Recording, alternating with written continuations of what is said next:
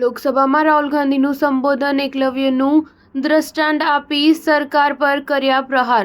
લોકસભાની કાર્યવાહી 14 ડિસેમ્બરથી શરૂ થઈ ગઈ છે। લોકસભામાં બંધારણ પરની ચર્ચાના પ્રથમ દિવસે સત્તાધારી પક્ષ અને વિપક્ષ વચ્ચે જોરદાર બોલચાલ થઈ હતી। આ દરમિયાન સંવિધાન પર બોલતા વિપક્ષ નેતા રાહુલ ગાંધીએ ફરી એકવાર વીર સાવરકર પર નિશાન સાધ્યું। તેમણે કહ્યું હતું, જ્યારે આપણે બંધારણને જોઈએ છીએ અને તેને ખોલીએ છીએ ત્યારે આપણને ડૉક્ટર આંબેડકર, મહાત્મા ગાંધી અને જવાહરલાલ નહેરુના અવાજો અને વિચારો સંભળાવા લાગે છે। આ બધા વિચારો ક્યાંથી આવ્યા? તે બધા વિચારો આ દેશની જૂની પરંપરામાંથી આવ્યા છે। આ વિચાર શિવથી લઈને ગુરુ નાનક, બસવનાથ, બુદ્ધ, મહાવીર, કબીર સુધીના દરેક વ્યક્તિ પાસેથી આવ્યો છે। એક લાંબી યાદી છે। પક્ષ નેતા રાહુલ ગાંધીએ જણાવ્યું હતું કે જ્યારે આપણે બંધારણ પર વાત કરીએ છીએ અને બંધારણ બતાવીએ છીએ ત્યારે એ સાચું છે કે તે આધુનિક ભારતનો દસ્તાવેજ છે, પરંતુ તે પ્રાચીન ભારત અને તેના વિચારો વિના ક્યારેય લખી શકાયું ન હોત।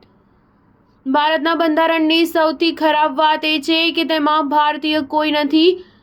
આ તમારા નેતા સાવરકરે કહ્યું હતું, જેમની તમે પૂજા કરો છો। રાહુલ ગાંધીએ એકલવ્યનું દ્રષ્ટાંત આપતા કહ્યું હતું કે અભય મુદ્રામાં હુનરના કારણે શક્તિ આવે છે। જેમ દ્રોણાચાર્ય એકલવ્યનો અંગૂઠો કાપ્યો હતો, એ જ રીતે તમે દેશનો અંગૂઠો કાપી રહ્યા છો।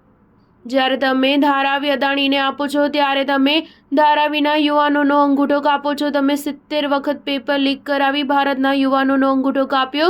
તમે અગ્નિવીર યોજનાથી દેશના યુવાનોનો અંગૂઠો કાપ્યો।